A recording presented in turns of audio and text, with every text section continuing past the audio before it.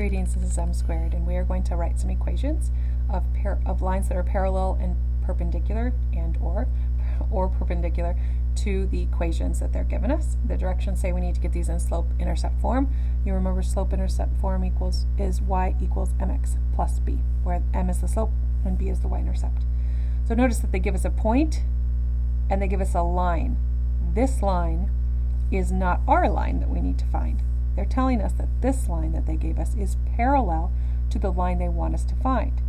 Well, if it's parallel, then we have to remember that parallel lines have the same slopes. So the slope of this is -6, so the slope of my line that's going to be parallel to that line is also going to be -6.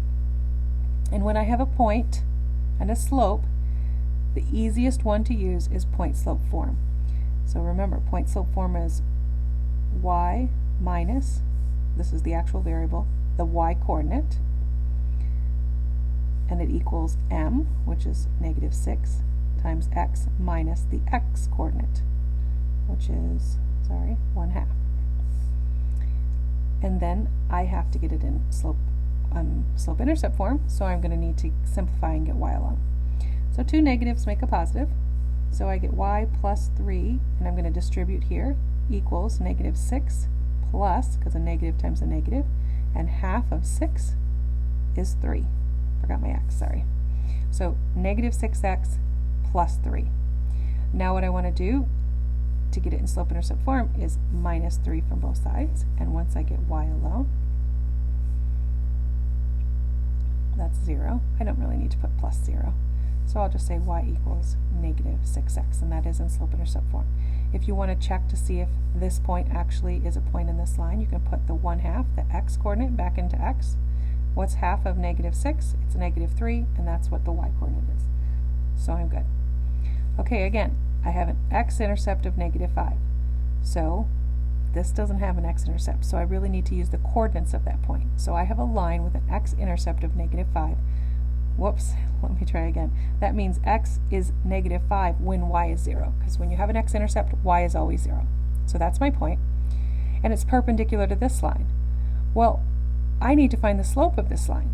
The only way to do that, well, there's more than one way, but the easiest way to do that is to get it in slope-intercept form. So now, if I do that, I get y equals -2x plus 3/2. Well, what's the slope of this line?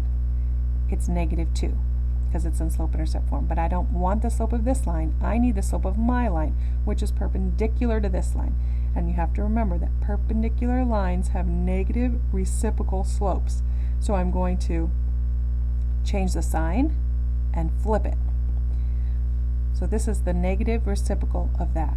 So now I know my slope is 1/2, and I have a point. So I'm going to go back to my point-slope form, which is y minus the y-coordinate equals m times the x-coordinate times x minus the x-coordinate. And then I simplify.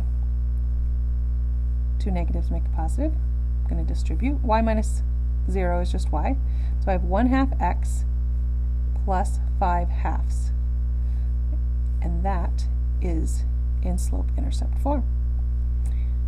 So just keep in mind that I think the trickiest part for students is that when they give you an equation, they're only giving it to help you find the slope of your line. It's not actually your line. So be careful with that. And remember, parallel lines have the same slopes and perpendicular lines have negative reciprocal slopes. M squared, signing out.